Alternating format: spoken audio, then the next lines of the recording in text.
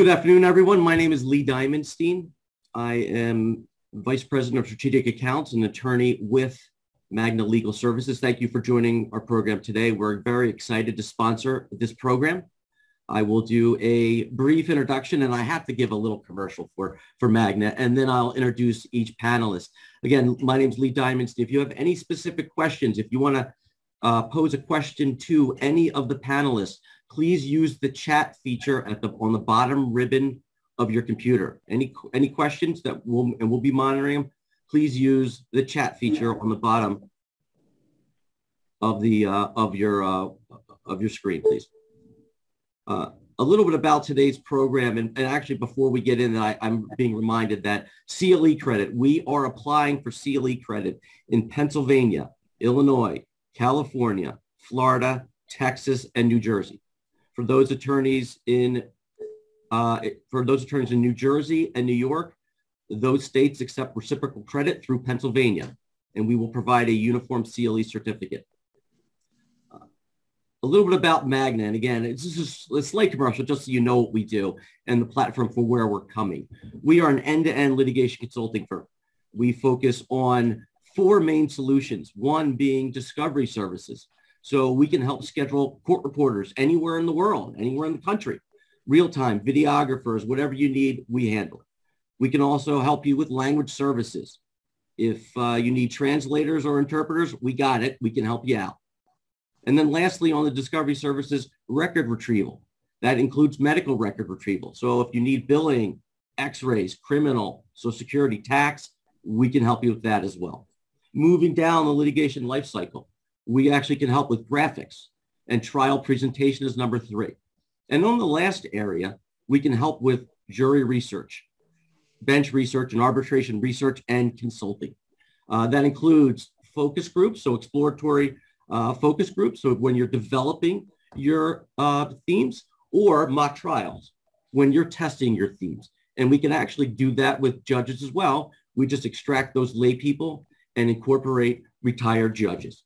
And we have a great retired judge today as well.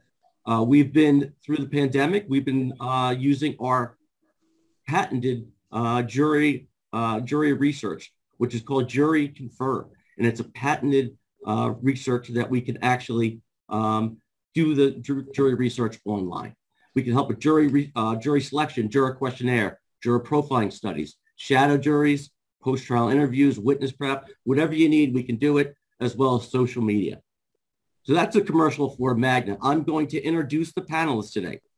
Today we have Elizabeth McBride from Applied Materials. She's Vice President of Global Litigation, Compliance, and Privacy based out of Santa Clara, California. Eppie Silva from Cargill. She's Ethics and Compliance Leader in Wichita, Kansas. Heather Stern. She is General Counsel and Senior Vice President of Legal Affairs for Whole Foods based out of Austin, Texas. Dr. Rachel York-Colangelo. She is our National Managing Director of Jury Research, and she is based out of the Eastern District of Virginia in our Washington and Virginia office. And then we also have the Honorable Sue L. Robinson, retired judge from the Federal District of Delaware, and she's practicing at Farnan LLP in Wilmington, Delaware. And then lastly, our moderator, who is a managing partner of Carrington Coleman in Dallas, Texas, Monica Latin. So again, this is a reminder, any questions, please chat them on the bottom. Thank you very, very much for coming. Monica, I'm going to pass the torch to you. Great. Thank you so much, Lee. And thank you for putting this program together. We are thrilled to see such a great turnout of men and women to hear from our distinguished panel today. And we are looking forward to a robust discussion with a great panel. My name is Monica Latin. I have been practicing law since the early 90s. And my practice has always been an active trial practice, primarily commercial and employment litigation. And this is a topic very near and dear to my heart. We'll talk about in a generation, we've transitioned from women being fairly uncommon to at least have prominent roles in trials to it not being uncommon at all. But we know that reactions to gender have always occurred and probably will always occur. And we know that jurors are human. So having an understanding of what what is happening right now in courtrooms across the country, pandemic or no pandemic, is just critically important to all of us as trial lawyers to make sure we're representing our clients to the best of our ability. As Lee mentioned, this is a highly accomplished panel with a wide variety of backgrounds, which is why it's so exciting to hear their perspectives over the next hour. We're going to kick things off with just a brief historical context, and I'm going to hand it off to Dr. Colangelo, who has allowed me to call her Rachel, for purposes of this presentation to help set the table for us. Great. Thank you so much, Monica, and thank you to everyone that has logged in to join us today to listen in on this incredibly important topic. As Monica said, we're just giving a very, very short sort of history of women in the legal profession. And my disclaimer is that this is by no means a comprehensive history, but I do think it illuminates some of how far women have come, how far the legal profession has come in terms of including and being accepting of women. So the first U.S. law school opened its doors in 1779, and it took about a century for the first law school in St. Louis to admit women. Even so, after we had the first graduating law school class, including women, there were many states that actually had prohibitions in place against women practicing law, and the U.S. Supreme Court at that time refused to overturn a specific prohibition in Illinois. So definitely still some roadblocks way back when. More and more law schools began to admit women for the first time, and eventually women were allowed to actually practice law. But as recently as the 50s and 60s, we see that women whose names you may recognize, Sandra Day O'Connor, for example, Ruth Bader Ginsburg, were graduating, of course, at the top of their law school classes, but not being able to get jobs practicing as lawyers. Justice O'Connor got her first job as a legal secretary.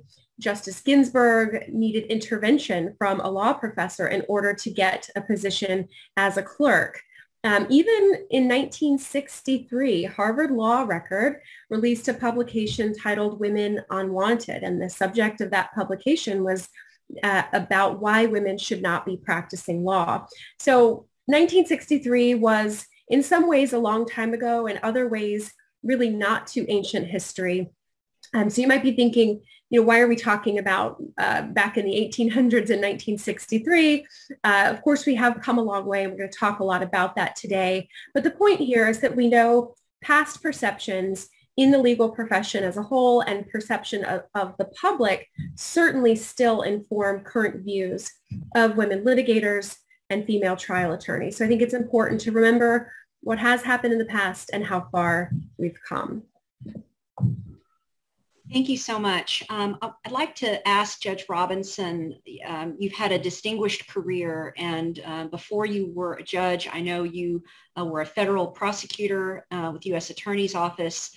So you've had more than a front row seat in watching the role of women change over time. Do you have any comments to help frame our issues before we dive into the meat?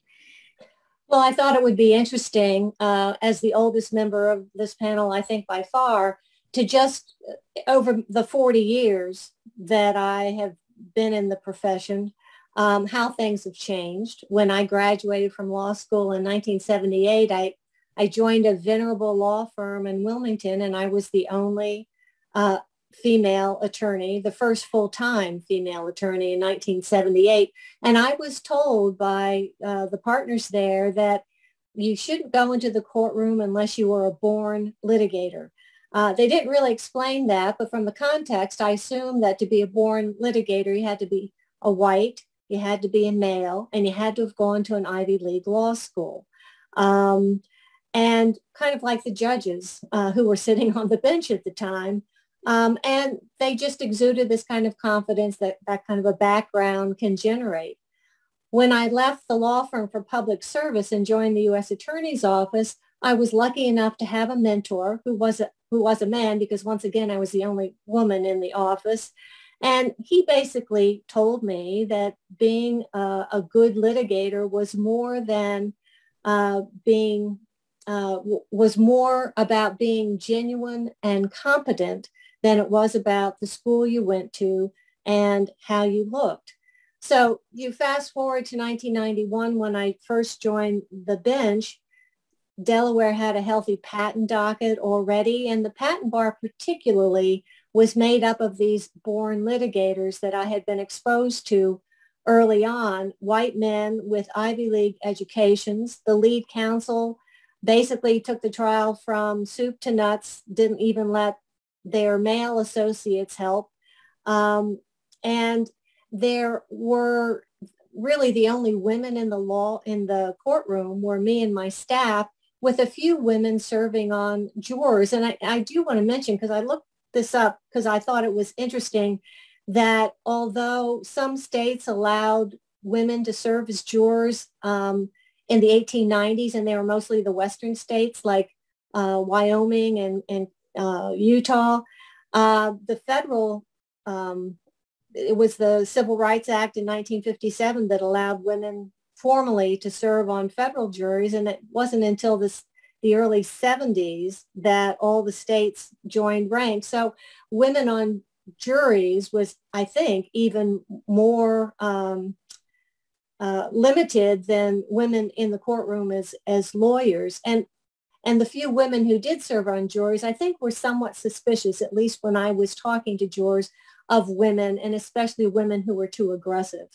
But by the time I left the bench in 2017, my last trial had 2 female lead counsel, and certainly many women on the trial teams who were taking part, and women on juries were commonplace.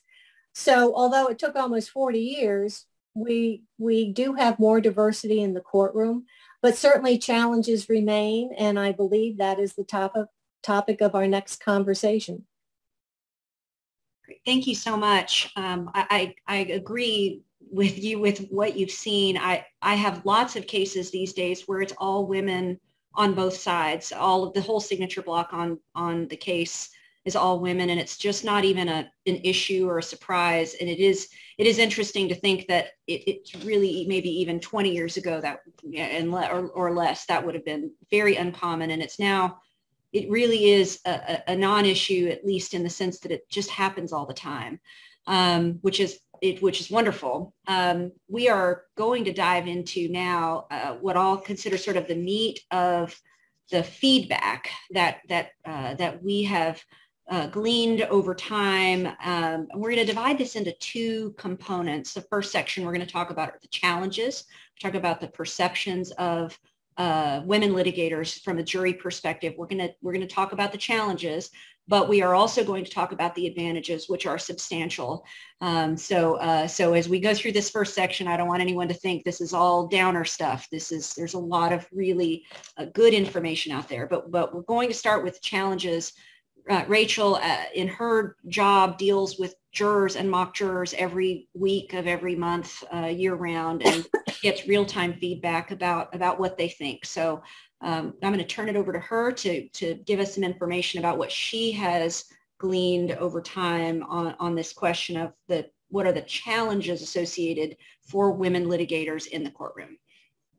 Great. Thank you, Monica. I'm going to go back to the slideshow just for a bit, and for our audience, I promise that this is the most talking that I will do, but as Monica said, as part of my role as a jury consultant, my colleagues and I are, always keeping up to date with what the current empirical research shows, as well as what we are seeing play out in mock juries and with actual juries around the country. And one thing that social science tells us, I don't think this comes as a surprise to likely anyone on today's session, is that we know preconceptions, predispositions, biases that our jurors bring into the courtroom certainly influence their perceptions, their judgments, and they serve as very powerful filters as to how they judge both the players in the courtroom as well as the substance and the merits of the case.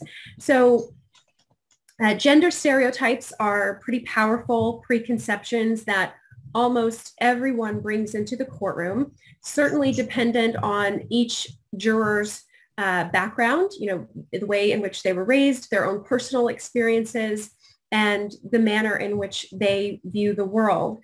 Many of those stereotypes involve expectations based on what we call in the social sciences sex role traditionalism. So this is the idea that many people, and less as the years go on, but many people still think of traditional sex roles, meaning women either being at home raising children, or if they are in the workforce, being in more of a supportive role and not necessarily being in a leadership role as in a first chair trial attorney. Again, I want to be clear that all of this that I'm sharing is based on psychological, sociological research, and these are not my personal opinions, but I do think it's important to understand the knowledge that we have that's out there. I also think it's important to acknowledge and to honor that there are actual differences between men and women. There are biological differences, cognitive, emotional, social differences. The old book, Men Are From Mars, Women Are From Venus, was so popular because a lot of that is true, and that men and women are different. And so it's okay to acknowledge those differences. And as Monica just alluded to, there are a lot of advantages to being a woman in the courtroom that we all can certainly leverage. Now, gender bias among jurors can be pretty powerful in that we know people are bringing certain gender stereotypes and expectations into the courtroom that are going to affect the way that they are willing to assess the players. Jurors are also very keen to look at the interactions between the individuals that are involved in the trial.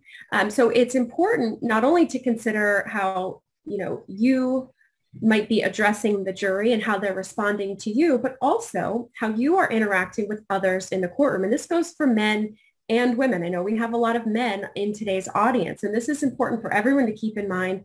Jurors are watching everything that we do. They want to know how team members at the same counsel table are interacting. They want to know how opposing counsel are treating each other. How does the judge treat each side of the case? All of those small interactions can influence the way that a juror looks at a particular attorney, witness, or party.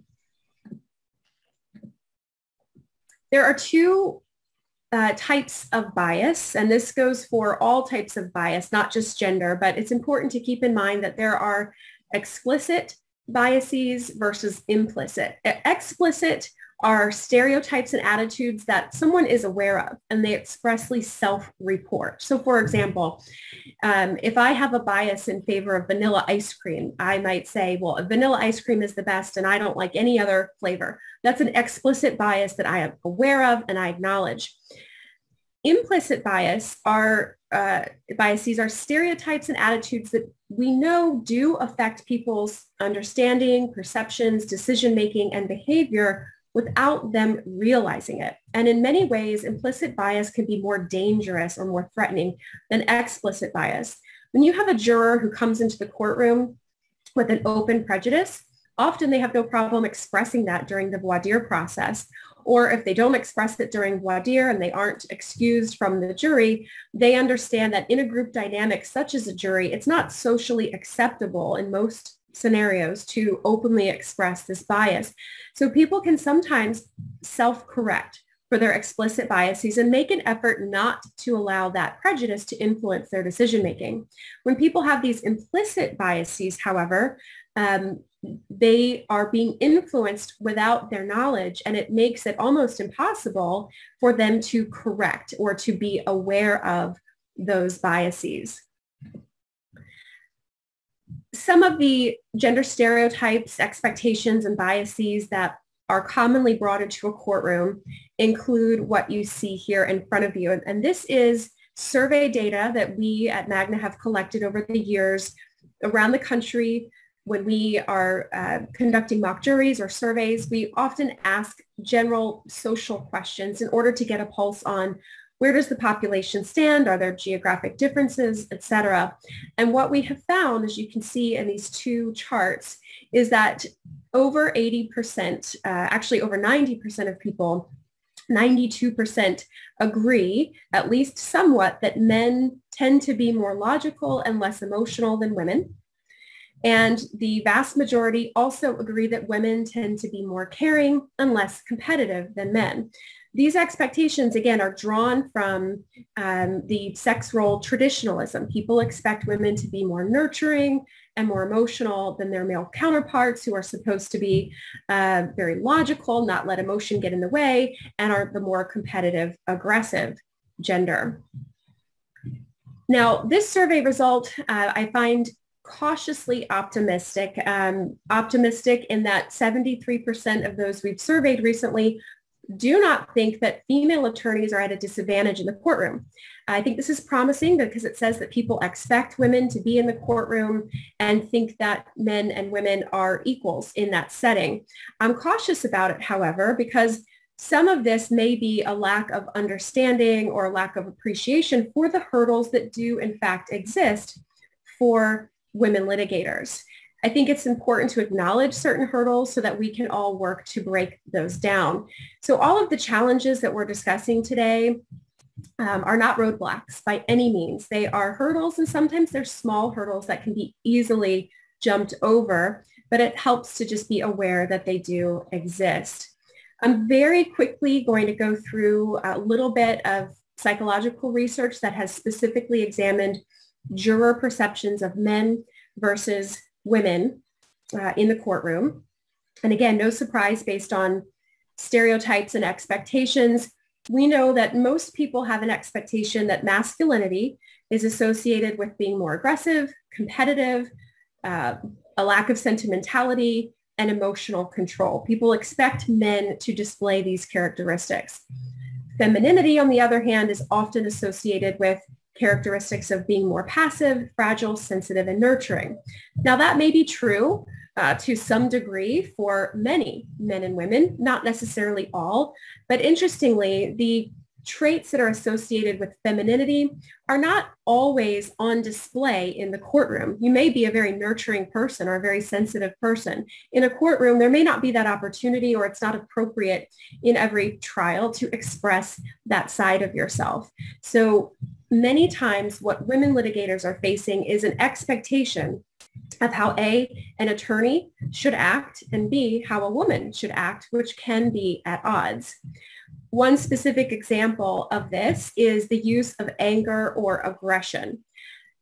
Judge Robinson mentioned, the experiences that she and colleagues had earlier in her career with, women being aggressive, having perhaps some backlash from juries. And this has been confirmed even in relatively recent research, which has compared, for example, identical opening statements or closing arguments given by a man versus a woman. And by identical, I mean they're reading from a script. So same words, same arguments are being made. It's just the gender that's different. And what we see consistently in the research is that participants do not respond favorably to the use of anger by women trial attorneys. So when they are watching a closing argument given by a man who is using anger, they rate that man as very high in competence, whereas the female attorneys were rated low in competence. Jurors tend to attribute a female attorney's anger to her own emotional disposition. They'll make comments unfairly that, she's an angry person. Maybe that's just her personality. Whereas for the male, they'll attribute the anger to his situation or to being a zealous advocate. He's very passionate. He's angered by the position that his client is in. And finally, just another recent study that looked at similarly the use of anger in closing arguments. Participants in this study, again, watched identical closing arguments that both used anger. People rated the level of anger used by the man and woman as relatively similar, but the male attorneys were rated by jurors as being more commanding, powerful, competent, and hireable, whereas female attorneys were ascribed relatively negative characteristics, giving the same closing argument. So there is pretty consistent research that says men often can see a benefit using some level of anger or aggression, whereas women tend to experience detrimental ratings with the use of anger. So these are some of the challenges that women do face based on expectations, stereotypes that have pervaded our community for generations, and this sort of bristling effect that some jurors experience when women use more aggressive or angry techniques. So I will stop there and turn it back to you, Monica, and panel to share your thoughts. Thanks, Rachel. It'll be interesting to see how those assumptions and perceptions change over even, the short term as there, women, for example, I think of like the women's soccer team, U.S. women's soccer team, really tough, really hard charging, more and more examples of people's implicit bias, people's implicit bias. You have more and more examples of women with competitiveness or with different things that may be interesting to see how that 2018 study might look even just 5 years later. That's really a lot and very interesting information. I want to turn now to Heather Stern, as you heard from the introduction a little while ago. And Heather, before going in-house and as the general counsel of Whole Foods, was also a practicing lawyer in a litigation role. And so Heather, I want to open it up to you to talk about this section of our discussion, which is this issue of the variety of what we call the challenges that women and men need to be aware of that women may face in their roles as courtroom advocates. Yeah, and I think, thank you, and thank you for having me. In looking at these challenges and when thinking about my own experiences as a litigator and also as an executive, now as a company executive, I ran across some of those same statistics and some of that same research when I was thinking about this panel and looking at some of these challenges, and found another that, another survey from the ABA that said that women are more likely to be interrupted or be mistaken for non-lawyers or have less access to prime assignments, which is one of the things that we've talked about here. The women have maybe not been able to do the closing arguments or the opening arguments. And what I've noticed throughout my career, particularly as an in-house lawyer, is that with some of that, we have tried to be very cognizant of women's roles as litigation associates and partners on the cases that we have hired for. As head of litigation at Office Depot, we asked our firms to tell us, where are women on these files? Are they in the courtroom? Are they, on these cases? And ask them to report to us on those things so that we could ensure, that we were doing our part to make sure that these women did not have, less access to these assignments or less access to the courtroom. And just to add to that, outside of my role as a litigator and inside my as my role as an executive, a woman executive, I was particularly struck by the last slide, Rachel, that you showed, where they talked about men in the courtroom being commanding, powerful, competent, and hireable, and women being shrill, hysterical, grating, and effective. And I do think that is, a challenge that women litigators have to overcome, but a challenge that women executives have to overcome as well. And so in-house lawyers who are litigators or in-house lawyers who are lawyers that, are just representing their company, or even other executives, have to battle that. I see that every day in companies, and in in-house departments. So those are my thoughts on the challenges. Thank you. Great, thank you so much. I want to turn it over to Eppie Silva. Before Eppie was in-house, she's with Cargill. She had a very active first chair litigation practice. What are your thoughts on the information Rachel's provided for us and your own experience?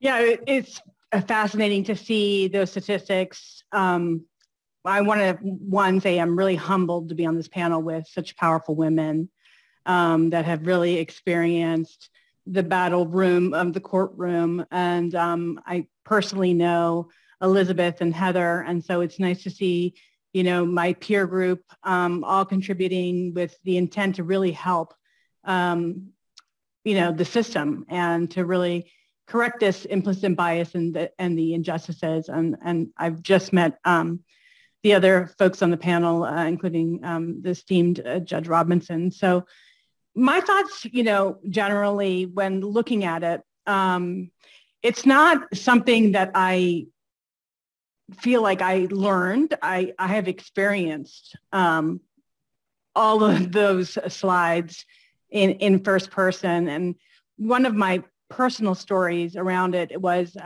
as a, growing up in a big law firm, I was tutored by both men and women, and my woman partner at the time, it was very traditional. She's a boomer.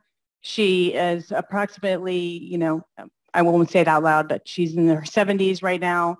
And she said, the way that you act is you bring in, it's not pantsuits, it's skirts, it's pantyhose.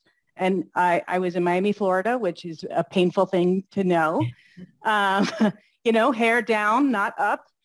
And those were very strict rules. But she allowed me to cross-examine witnesses and really get my, my licks on my first trial experience. On the other hand, I had male mentors that were not necessarily telling me about my dress, but were saying, be authentic, right? Be authentic in your approach and be authentic in your delivery and how you ask questions, because that's the most powerful way. So, it's weird because you get mixed messages and you're truly trying to, and then on the third spectrum is you're telling your client to act a certain way, to dress a certain way at the trial.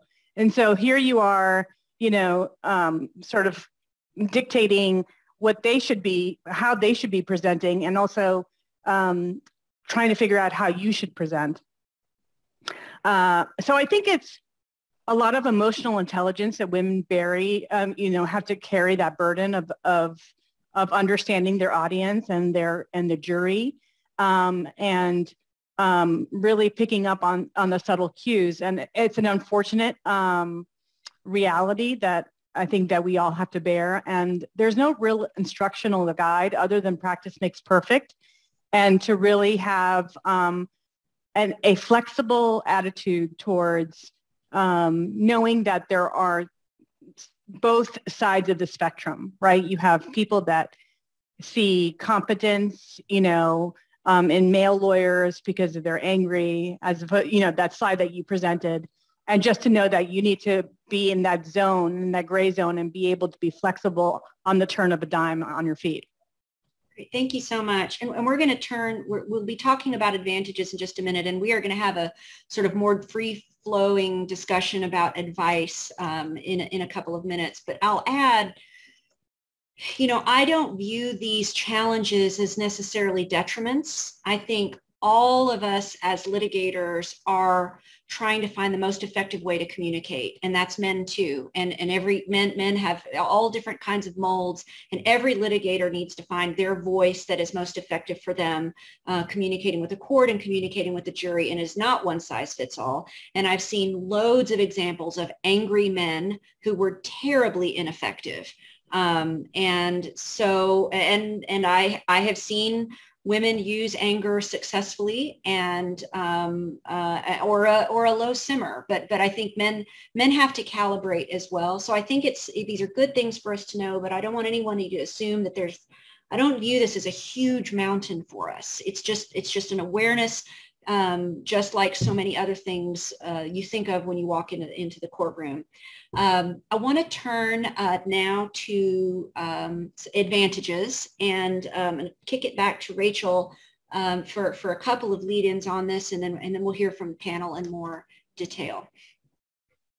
Sounds great. Thank you, Monica. And I'm glad that we've gotten to the advantages now. I do just want to reiterate your comments that while I am sort of the bearer of the more negative news on the topic about the challenges, Monica's absolutely right that these are in no way barriers. I think it's just helpful for all attorneys to understand what does or doesn't resonate with some jurors. And these studies in no way indicate that women trial attorneys are less effective with juries in general, and that men are preferred by juries. In fact, some juries absolutely prefer women, and we're going to talk about that.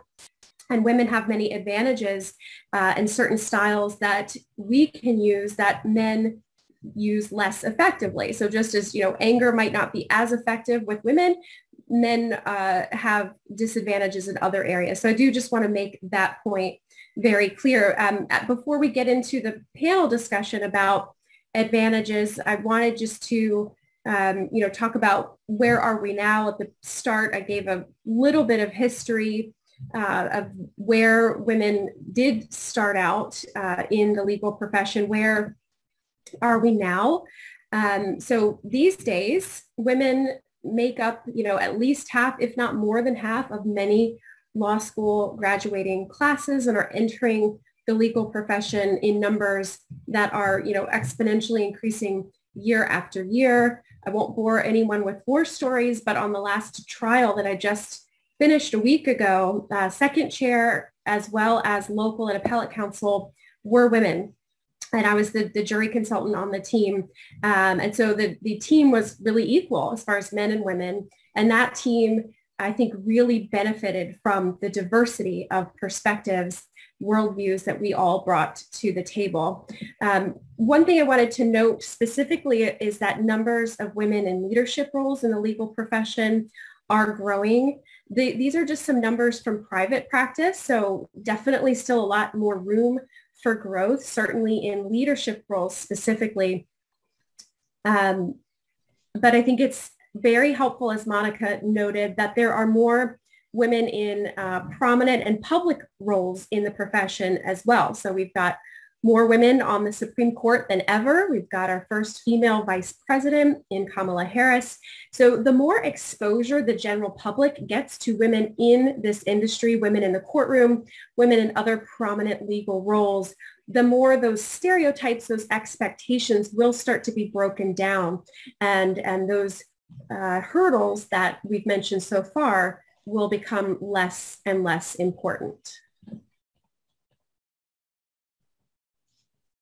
Fantastic. Thank you so much. I want to introduce Elizabeth McBride and give her a chance to weigh in on this question, both from her experience in private practice and in-house. We've talked about challenges. We've talked about advantages.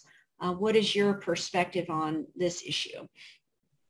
So thank you. I want to also echo what my fellow panelists have said. It's a real honor to be among such impressive company, and so I'm just thank you all for the opportunity.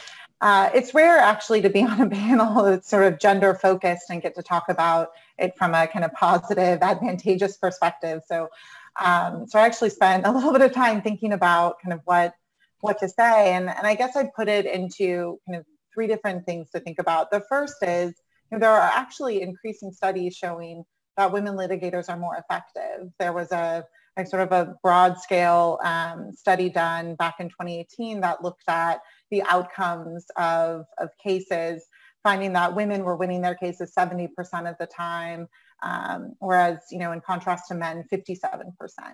I thought that was an interesting statistic. I'd never really kind of thought about measuring cases and kind of cutting it along those lines. Certainly, that's probably the lead litigator, but as we, especially companies and, our kind of obsession and fascination with data right now, having those data points are an enormous advantage, I think, for women.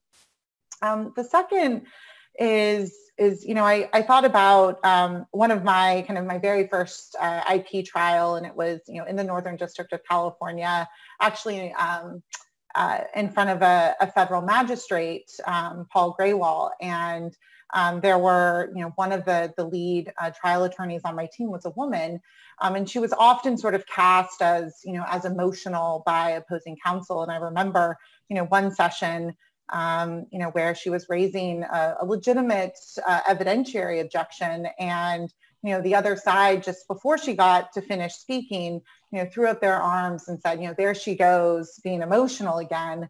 And I was so impressed with the judge, and what a defining moment for me early on in my career. He kind of jumped up from his seat and said, he wouldn't tolerate that in his courtroom.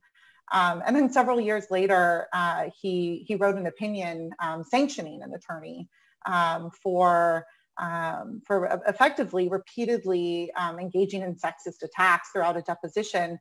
And, in that moment, he continued to become a hero for, I think, many women litigators in California. But also a hero, was the woman who brought the motion, asking for the sanction to be imposed. And so I think too, and that was back in 2016, how, the Me Too culture and the wave has really sort of changed that perception, empowered women to speak up, empowered men also to speak up in terms of not tolerating. And I think, I think that is something that we're going to increasingly see advantage women to kind of break through some of these final hurdles. And then kind of the third and final point, we all kind of hear about networking all the time and the importance of it. And, the truth is women have really phenomenal personal networks. And there was a study done by two professors at Harvard 2 years ago that looked at kind of how, what is for successful men and women, how do they utilize their networks? And what they found was that, for men to reach leadership positions, they really needed centrality in their networks, right? So they needed to be connected to just a few people who are really well connected. For women, they needed that as well, but they needed something more. They also needed sort of a tight inner circle of trusted female colleagues and contacts. And so, that's, to me, is something that, women can start to think about, being more strategic in leveraging those personal relationships and their capacity to build really deep personal connections and trusted relationships with other women, and think about how to advance that, in the courtroom and in their careers. And I would kind of tie that back to, for those of you who are at law firms, when you look there hasn't been as much progress, in terms of big law, but there's been phenomenal progress among the Fortune 500. Just 4 years ago, 26% of GCs of the Fortune 500 were women. 4 years later, we're already at 34%. My hope is that, in just another 5 years, we'll be at 50%. But what does that mean in terms of leadership? What it means is that, if you build these networks and these relationships, they're, don't just need to be in big law, but also in, the heads of litigation, general counsels who can give those opportunities, right? Because companies are always looking not just for the best representation in terms of kind of legal analysis and advocacy, but also representation of their company. We prioritize having teams that, look like us and reflect our corporate values, including diversity and inclusion. So, I think that ties together, and women have a real opportunity and advantage to explore this, and strategically capture this change in women leadership in corporate America. Thank you. Rachel, I think on this question, I'm not sure if you got to talk about this, but this question about, trust and I think, the term is in-group bias and talent overall, lest we leave the impression that the data suggests that men are overall more effective in the courtroom, which I don't think that's what we're talking about. I'd like to ask you to talk about that for a minute. And before I do, I'll just say one thing.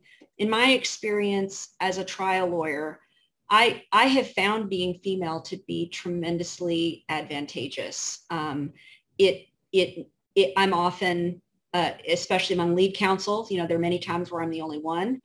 And I believe in my anecdotal experience that so many of us grow up with strong female nurturers. and that there is a high level of trust, whether it's our moms or our school teachers or our school nurses, but figures that we see when we're children so often are women that people naturally trust. And I believe in many instances that women start out with an advantage in the first part, even if there are still jurors who think it's less common when they may be wrong. But I think from a credibility standpoint, when you're talking to a juror, that is my personal experience. I'm not a statistician, and I haven't interviewed thousands and thousands of jurors. But I do want to take a moment to say that based on some of the comments we're seeing, that the takeaway from this definitely should not be that there is an imbalance, let's say, in results in the courtroom. So after that moment of point of personal privilege, let me hand it back to Rachel to see how much of what I just said might be right. No, absolutely, Monica. And I definitely don't want to leave the impression that, male attorneys are preferred by all or even most jurors, or that, a client would be better off with a male first chair because of some of the research that I shared earlier. There is another type of implicit bias that's very strong, very pervasive, and that is called in-group favoritism. And this spans characteristics beyond just gender, but it's the concept that people naturally gravitate toward others that they can identify with. So whether that is gender, race, ethnicity, religion, we do tend to, as humans, sort of gather in our in groups. And that's something that society is really actively working against in modern times, but it's certainly a fact. And that strong in-group bias definitely favors women litigators with certain types of jurors, specifically women. So the research is very strong that women jurors prefer strongly female litigators.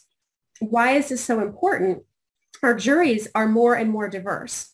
So not just with more women, but persons of color, people of all different types of backgrounds. And as our juries become more diverse, our trial teams need to also become more diverse, because jurors are going to want to see someone on the team with an active role who they can identify with. The studies that look at, do men prefer male jurors and women preferring, or male attorneys and female jurors preferring female attorneys, show that women to women connection is actually stronger than a male juror's preference for a male attorney. So that is certainly an advantage of having a first chair, second chair, or at least a very active member of your team, one or more who are women, because most often you are speaking to many women in the jury box. I won't put up the slide. Well, actually, I will. I've got it up. So we have some quotes from jurors that we've interviewed after a trial, and I'll share these quickly. This was after the same trial. On this team was comprised of a man and a woman. And these are two comments on the top from a female juror, on the bottom from a male juror. The female juror commented she felt she could better trust and was more open to listening to the woman lawyer, in her words, because men have been lying to us. So, I actually think that's sort of a sad quote, because it tells us, unfortunately, that woman has had bad experiences with men in her life, but it is very illustrative of this in-group bias. She felt that she could trust. And that's exactly, Monica, the point that you were just making. The male juror here is acknowledging that he had some stereotypical view of what an attorney should be like and look like. And this female attorney didn't fit that vision. But despite that, he said, I thought she did a good job. And he went on to say she was really skilled, confident, competent, persuasive. So again, all of these things that we're pointing out, it's just helpful and healthy for women litigators to be aware of. But by no means does this mean that, that initial, she doesn't look like what I might expect, become a complete roadblock or a disadvantage. I think those are really good points. And I cynically call this sometimes the power of low expectations. And I think we're seeing fewer and fewer, if we're talking about this, men coming into the courtroom with an absolute preconception that a woman might not be as skilled. I would venture to guess those are people on the older end of the spectrum because of their life experiences. But I will tell you that opportunity, when you are just as effective as the male counterpart, or even more so, can be really powerful in the courtroom. And we are going to get to the question of attire. A couple of you have asked this question, but I think this issue, the question about preconceptions and the way to deal with preconceptions is to be aware of them and use them to your advantage. And I think that's part of what this data allows us to do is to, as men and women, is to develop our mojo around knowing that there are going to be people with different kinds of perspectives that are different maybe from our own, and just being able to deal with those. Judge Robinson, I want to come back to you on this question now about effectiveness and perceptions, now that we've kind of run through the kind of empirical data, and ask about your perception as a trial judge, having seen real jurors react to real lawyers. And you may be muted. I am muted. I was being very quiet and respectful here. During the course of my 25 years on the bench, I certainly saw men and women come into my courtroom with all different sorts of styles and presenting themselves in different ways. I had taken the advantage of being a woman to take aside a few female jurors and to take aside a few female lawyers to let them know that perhaps they weren't dressed respectfully.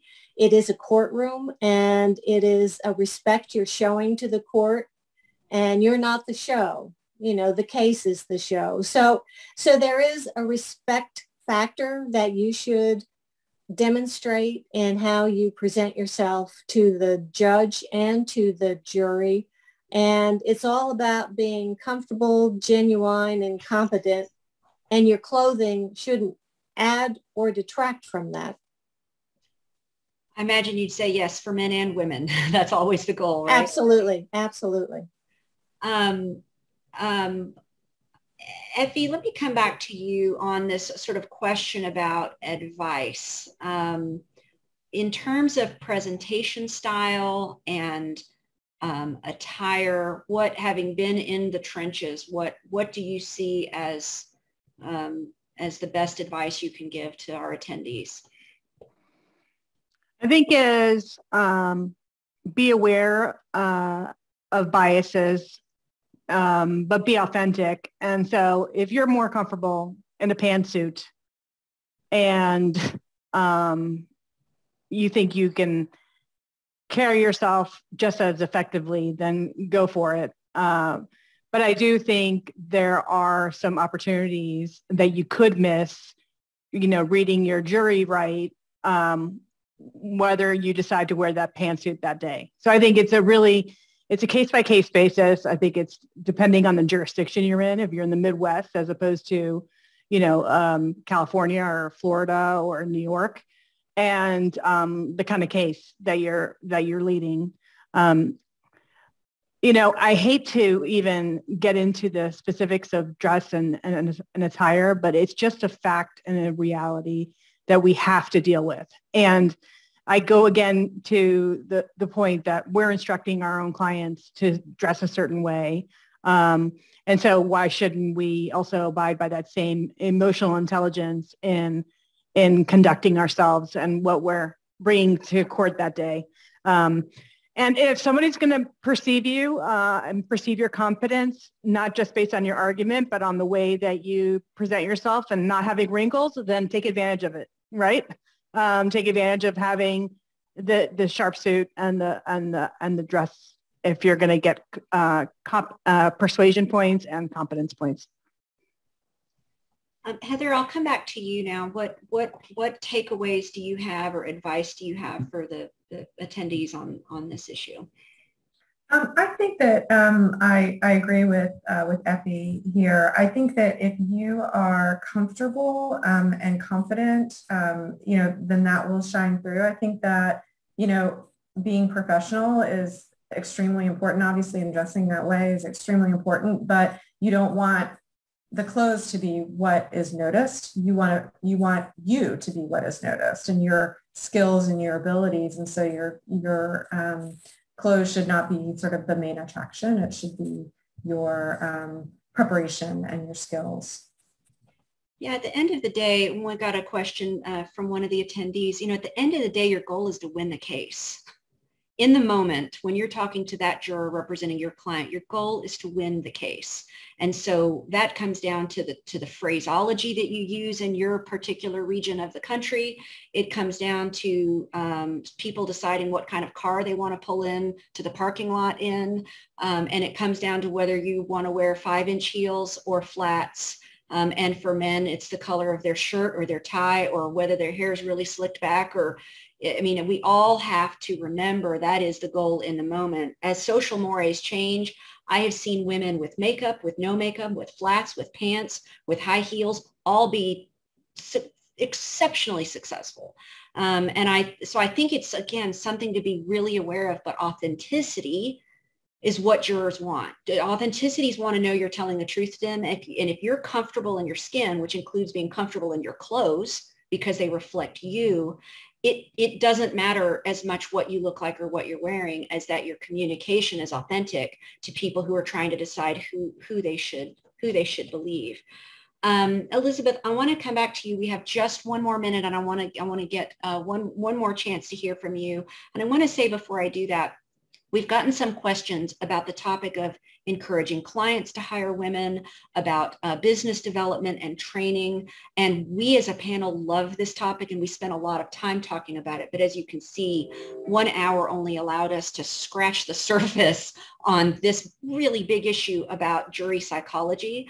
And so we recognize that's a really important issue. It's something that we are all very interested in, but we just didn't have the bandwidth to get into today. So now let me pitch it to you.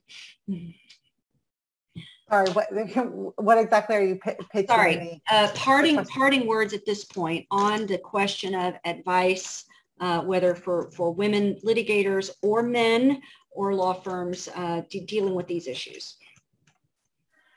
So I guess if I had to be super actionable, I would say, you know, I've had a few partners before on matters say, you know, can I have, you know, this junior associate or, you know, someone who's a woman or a minority, and, you know, I'd like to give them the opportunity to do a deposition or participate in a hearing. I always say yes. I've never not said yes to that. And so, you know, I would encourage, you know, ask for it. I now try to proactively, and, you know, obviously, and I saw a wonderful member of my team is here.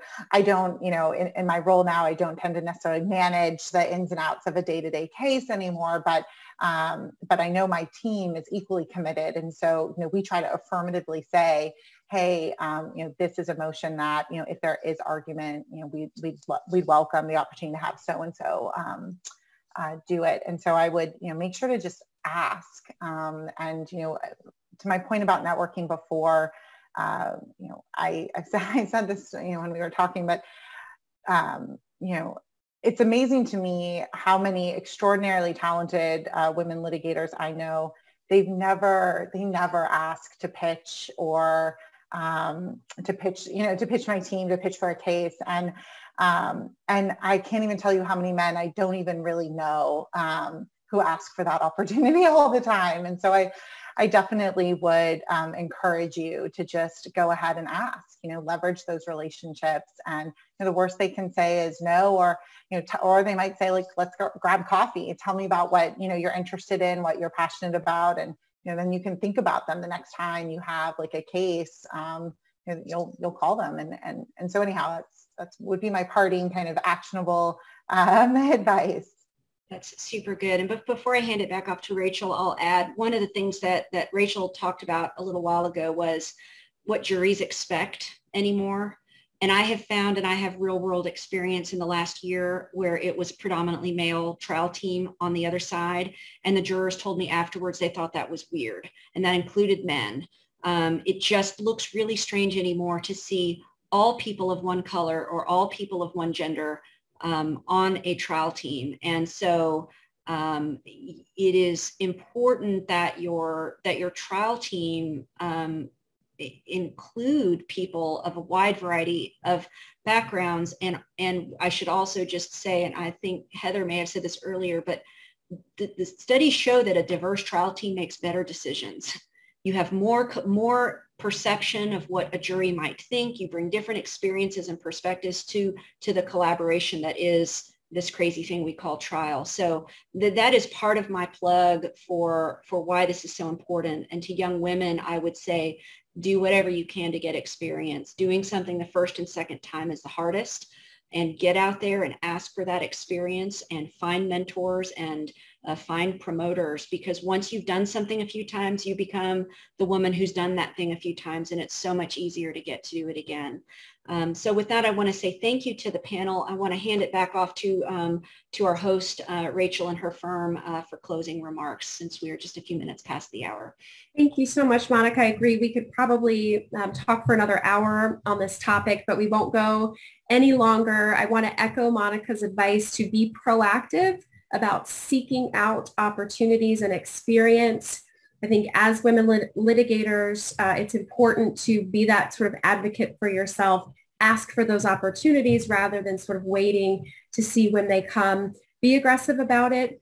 Be bold and brave. Get a couple of witnesses under your belt, and then you've done it. So great advice, Monica, and the rest of the panelists. Thank you all so much for participating. I hope that our audience found the information helpful and interesting. We are planning another webinar in the near future regarding specifically diversity and inclusion in the legal profession. So I hope that you all will tune in again once we have that scheduled. So again, thank you to everyone. If you have any other questions about CLE or logistics, feel free to chat them to us. We'll leave the session open for any logistical questions, but otherwise I will say goodbye on behalf of Magna and our esteemed panel. Thank you all very much.